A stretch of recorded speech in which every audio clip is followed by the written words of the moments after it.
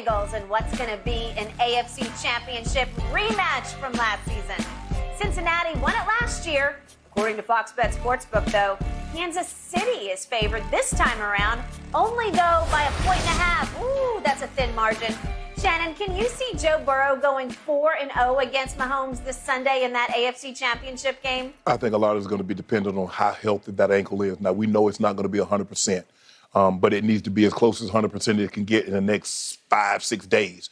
But I expect it to be a better game. I expect him to be better in this game than he was in the second half, because I think they'll obviously get some treatment in it, Skip. They'll do some things that they weren't able to do. Because, Skip, like when you get injured in a game and you come back in the game, you got to do a lot of stuff on the fly. And obviously adrenaline is pumping, and that goes a long way. But still, now you have a week. They jumped on this thing on Sunday. He's getting treatment 24 hours a day. Probably not going to practice at all, because, you want to try to rest that ankle as much as possible. They're going to put some medicine in it, probably give him a Toradol shot. They're going to do everything they possibly can. Who knows? Maybe even a topical. But I expect Mahomes to play well along with Andy's play calling. Travis Kelce seems to be unguardable right now. He had 14. I want him to get 15. I want him to get 100 yards. But he caught 14 passes. That's career high. Career high. Yeah. I think it's the third most in playoff history. But he was sensational. The game will be played in Arrowhead. But Joe Burrow has been there before. Like, yeah, we went there last year. We just went there last year and won. 27-24 in overtime. And the game's always one possession. Yep. So there's a good chance this game's going to come down to one possession. Mm-hmm. But I think their defense, Cincinnati's defense, like, look here, I think they're going to bring some pressure. They're going to test that ankle. I'm going to see if he can move, Skip. I'm just not going to let him sit back there. I am not trusting that, okay, we're just going to play our basic coverages. And no. I want to test him. I'm going to see if he can move. And if he can't move, I'm hunting. I'm unleashing the hounds of hell on him, and I'm coming every single chance. They have some hounds. Yeah. First, I'm going to give you a silver lining, because you love Mahomes, I love Burrow. Mm-hmm. I can make a case that this could be a good thing for Patrick, because sometimes when you're playing a little hurt, not a lot hurt, but when you're playing a little hurt, it makes you a little more focused and maybe a little more careful. True, okay. Where you try to go hyper-focus and you're a little more fixated on, I have to do this because I can't do that. I can't trust that I can just escape and run for 20 yards whenever I have to. So I got to read it quickly, and I got to make careful throws that are aggressive, but with some balance to it. Right. And too often he'll just try any globetrot or anything. He's going to try to make highlight plays. And that's been the difference between him and Burrow. The difference between Burrow and Josh Allen was Burrow made all the little throws as well as the big one. Josh Allen will miss some little throws, but he'll make some spectaculars.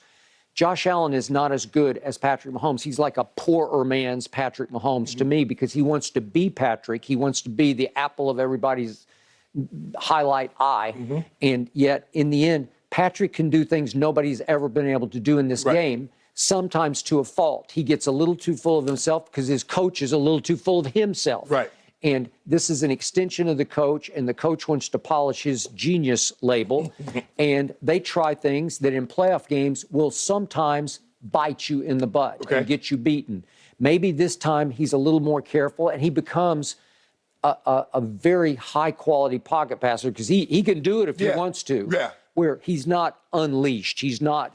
Well, that's where he kills you, Skippy, when he gets outside the pocket. Because he can make every throw. He can throw the ball over your head for 50, but he can make the pinpoint throw, throw it across his body, and that's where you get all helter-skelter. You start playing backyard football. So you probably want to keep him in the pocket. But, Skip, I got the pressure. I got to test that ankle. I just got to. Hey, DJ Reader coming up the middle, and Hendrickson and Hubbard. Yeah.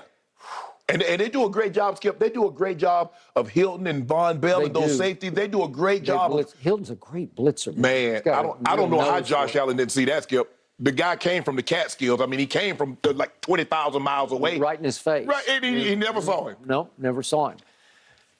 This defense is extremely well coached. It plays fast. It plays extremely physically, and it is in the mold of its quarterback because it's got swagger to it. Mm-hmm.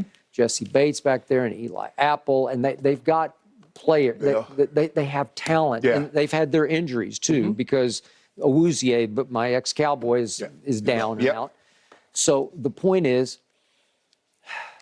how do you beat somebody who's your arch rival 4 straight times right out of the box? That would make him 4-0. Well, that's hard. Yeah. I would say the odds are pretty against Joe Burrow. Right. But Burrow is becoming another one of those guys, like that guy down in Tampa or ex-Tampa Bay Buck, whichever he is now. He's one of those guys you don't bet against. Right. So I'm not going to bet against Joe Burrow at Kansas City for a second straight AFC Championship game just because he just makes all the throws. Yeah. And he seems fearless and locked in. The bigger the moment, the better he is. What they're going to need to do, Skip, is do what they did at Jacksonville. They got to run the ball. Yep. Yeah, I mean, that was one of the better running games that we've seen from Kansas City have in the regular season. I mean, the postseason. Yep. Is that they ran the ball because 144. they knew they had to, because Patrick Mahomes wasn't going to be the Patrick Mahomes that we know him to be when he's healthy. And so that's the thing. You're going to have to run the ball. And to slow Hubbard and to slow Hendrickson and DJ Reader, slow those guys down. But running the ball against Reader is no easy task. He's a monster in the middle. I mean, he's got a little Reggie White. I'm not saying he's Reggie White, but he plays like the anchor of a line where you can't move him. Yeah. And he can rush the passer. Pacheco ran angry the other day. Yeah, but he runs like that. Yeah. But Skip, they needed it. They needed it. Jarris McKinnon can run the football. He's a better pass receiver than runner. He's tremendous at blitz pickup. Because he caught Olokun. Oh, he just rocked him. And put his helmet right up under his chin. Yep.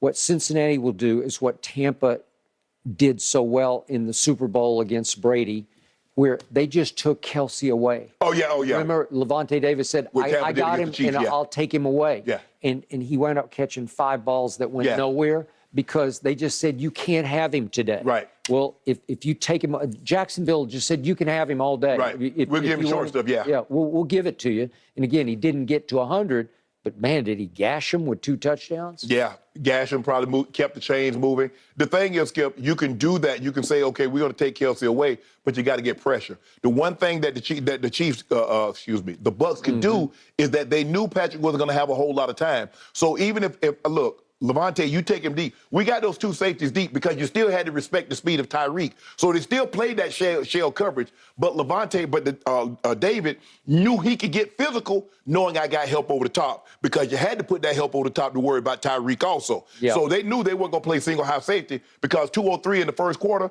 will get you out of single high safety. I would say. So I hated it that Patrick got hurt the other day because I wanted to see these guys 1,000% healthy and ready to go. And so now he's got to deal with this. Yes. Maybe it won't be quite as bad as it first looked. Maybe with the week, at least he came back and played on it. Right. That was a great sign to me. That's the adrenaline. Now, he's extremely sore yesterday. Probably a little sore today. But hopefully, as the week progresses, Skip, it starts to subside. But he's not going to even be close to 100%. I mean, maybe I think the best he can hope for is maybe 60. Okay. So Burrow lost 3 offensive linemen. Couldn't tell yesterday. No. And then Ted Karras' center, he got rolled up on, and I thought he was going to be out for a while, but he sucked it up and stayed in. Well, he could be real sore today also.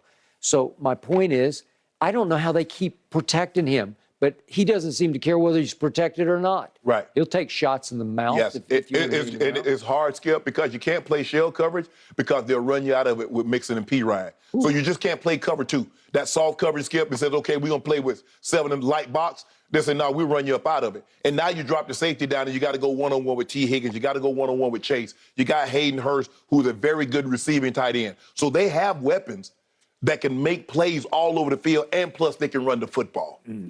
So I'm going to say it one more time. I think Joe Burrow is a little better than Patrick Mahomes. You think the flip side? Yes. I can also make a case that Joe Burrow's team is a little better than Patrick Mahomes' I'll give you that. Yeah. They're looking like the best team left in either bracket right now. But I can tell you what, I think we both can agree they might be the 2 best quarterbacks that's currently playing. I mean, I don't think you're taking anybody over those 2. I'm not. I just love Jalen's intangibles. Yeah. That's all. But I can't factor it into on the field execution of pass or run plays. Right. But listen, speaking of running, Joe Burrow can flat out move. Yeah. He doesn't look like he's probably not going to go 30, 40 yards. like a Jalen Hurts or like a Justin Fields. But what he does, Skip, is that those 5 to 6 yards to get the first down, those, damn.